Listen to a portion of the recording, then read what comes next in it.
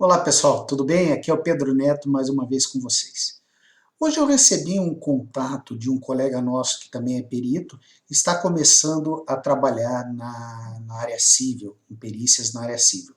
E ele foi nomeado em um processo em que, salvo melhor juízo, foi concedida assistência judiciária gratuita para as partes. Ele me perguntou: Pedro, como é que eu posso fazer para pedir que seja invertido o ônus da prova?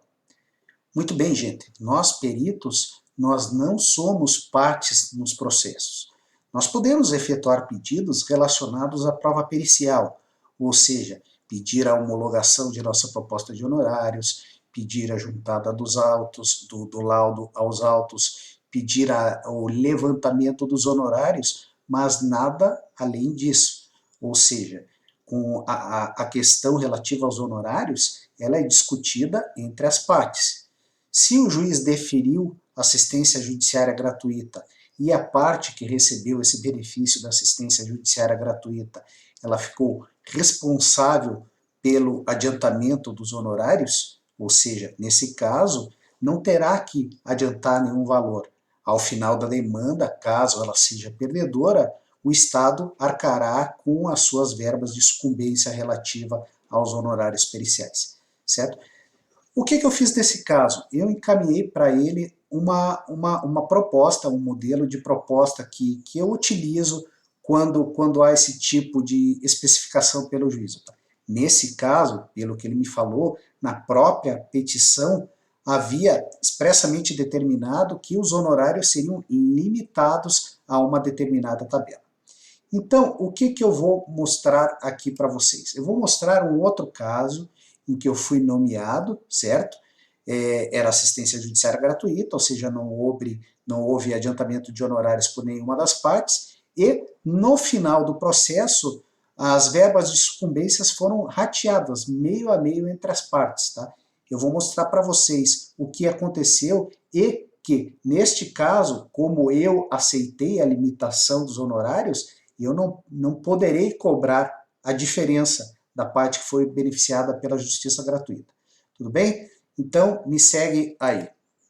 Muito bem, aqui está. Eu vou pegar um daqueles meus relatórios. Eu fiz um relatório específico para demonstrar esse caso. Tá? Vou mostrar para vocês como que foi feita a minha nomeação. Certo? É o primeiro ponto que nós temos que verificar. Pois bem, vejamos aqui. Eu tenho aqui no despacho de nomeação. Vamos ver o que foi colocado no despacho de nomeação. Veja, está aqui, ó. Pedro Eugênio Pedro de Oliveira Neto, por ordem do meritíssimo juiz de direito da terceira vara civil de Guarapuava, nomeação do perito judicial nos autos tal, em que é requerente a parte autora e requerido Itaú Unibanco, para que no prazo de 5 dias diga se aceita o encargo e, caso positivo, apresentar sua proposta de honorários, considerando os quesitos apresentados, e isso que é importante, gente, ciente de que o pagamento dos honorários ocorrerá no final da demanda pela parte vencida, eis que o autor é beneficiário da assistência judiciária gratuita. Até aqui tudo bem, só que foi colocado isso daqui: caso a parte autora resulte sucumbente ao final, os honorários poderão ser cobrados nos termos do artigo 9º da Resolução 127/2011 do CNJ. Ou seja, se a parte fosse perdedora, a totalidade dos meus honorários, independentemente do valor que eu propus, seria limitado a esse artigo 9º da Resolução 127/2011 do CNJ, que, se não me engano, limita os honorários à quantia de R$1.000, certo? Vamos ver o que aconteceu nesse caso? Muito bem. Vejamos aqui, tá? Eu apresentei minha proposta, não vou colocar aqui, apresentei do mesmo jeito que eu mostrei para vocês nas outras ocasiões, tá? Houve o julgamento em primeira instância, também não vou entrar em detalhamento aqui para o vídeo não se alongar, vamos direto aqui para decisão transitada em julgado. Ó, nesse caso aqui, foram rateados as custas processuais, despesas processuais em meio a meio, ou seja, 50% da parte autora, que é beneficiária, a justiça foi beneficiada pela justiça gratuita, e 50% do banco réu, nesse caso o Itaú no banco, certo? O que eu fiz? Eu peticionei nos autos, solicitando o pagamento dos meus honorários pelo Itaú Banco. O Itaú Unibanco pagou os meus honorários, como nós veremos aqui na sequência. Ó. No dia 4 de abril de 2016, eu recebi do Itaú Unibanco R$ 1.715,07, que é correspondente aos R$ 1.455, que seria a parte dele no processo, porém atualizados monetariamente, tá? Isso daí eu recebi, eu tinha uma outra empresa na época, faturei em nome da empresa, emiti nota fiscal, tudo bonitinho. E vejam aqui, ó, eu recebi do Tribunal de Justiça do Estado do Paraná, ou seja, na verdade os meus honorários não foram limitados com base na instrução normativa do CNJ, mas sim com base na tabela do Tribunal de Justiça, porque à época do trânsito em julgado havia essa resolução vigente, certo?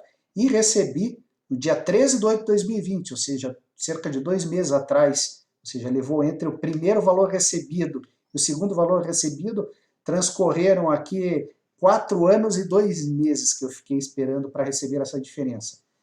Eu recebi R$ 331,80, esse valor aqui está líquido de 11% do INSS, tá? Quando o Tribunal de Justiça paga, ele deduz o INSS, certo?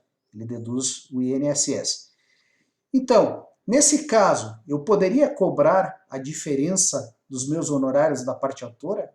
Não, eu não poderia, porque eu aceitei o que foi literalmente exposto pelo juiz quando me nomeou. Ele deixou bem claro, olha, se no final a parte beneficiária for sucumbente, você receberá só o que está determinado na tabela do CNJ, certo? Eu aceitei essa condição, então eu não acho correto eu querer receber essa diferença, visto que, quando aceitei a proposta no início da minha carreira como perito, eu me dispus a correr esse risco, certo?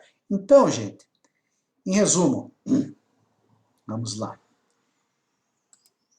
Em resumo, você não precisa negar as nomeações em que foi concedida assistência judiciária gratuita às partes. Você tem que apenas verificar muito bem o despacho de nomeação para que você possa mensurar os seus riscos. Por exemplo, nesse caso, se a parte autora tivesse sido sucumbente, ao invés dos R$ 2.910, eu receberia só R$ 330 e não poderia chorar, porque eu aceitei, certo? Então, este é um ponto muito importante que você, perito, avalie quando for nomeado. Tá? Eu vou apresentar aqui para vocês, deixa eu voltar aqui, vou abrir uma outra tela. Eu encaminhei para esse nosso colega um modelo de petição aqui, tá? Para os casos de assistência judiciária gratuita, tá? Nos mesmos moldes que eu já mostrei em outros vídeos, certo? No qual eu falo qual será o objeto da análise pericial, o número de quesitos que serão atendidos, demonstro aqui o orçamento das horas que serão gastas para realizar o trabalho pericial, né? Apresento o valor da minha proposta de honorários, solicito a homologação da proposta de honorários e aqui, nesse caso, eu informo, isso daqui é uma proposta para os casos de justiça gratuita, eu coloco, este perito informa ainda que aceita a condição de justiça gratuita, recebendo ao final da demanda da parte vencida, se não beneficiária da justiça gratuita ou do Estado, solicitando, entretanto, que o valor dos honorários seja literalmente expresso em sentença, para que você consiga receber a parte que eventualmente foi sentenciada, foi determinada para a outra parte e a parte que será paga pelo Estado, certo? E também solicito ainda que após o trânsito em julgado seja a parte sucumbente oficiada para que efetue o depósito dos honorários periciais devidamente atualizados pelos índices adotados por esse tribunal em conta judicial vinculada a esse processo. Ou seja, nesse caso, eu fiz uma petição, né, o juiz intimou o Itaú Unibanco depositou em juízo e eu solicitei o levantamento da parte dele. e a outra parte eu também solicitei que fosse paga pelo Tribunal de Justiça, daí levou esses, sei lá, quatro anos aí para que fosse pago, certo? Você quer receber uma cópia desse arquivo? Me manda, pega os meus dados de contato aqui, me manda um e-mail que eu te mando esse arquivo para caso você precise, você utilize quando for nomeado em processos que contam com assistência judiciária gratuita. Tudo bem? Espero que esse vídeo tenha auxiliado, tirado a dúvida de mais alguns profissionais que estejam ingressando nesse ramo de perícia, tá? Eu peço para que você, como sempre, dê um curtir, um joinha aqui embaixo, compartilhe o meu vídeo com as pessoas que você sabe que se interessam por esse tipo de informação, pois assim me ajudarão a fazer crescer o meu canal e poder ajudar cada vez mais pessoas. Ok? Eu conto com a sua colaboração. Um grande abraço e até o próximo vídeo.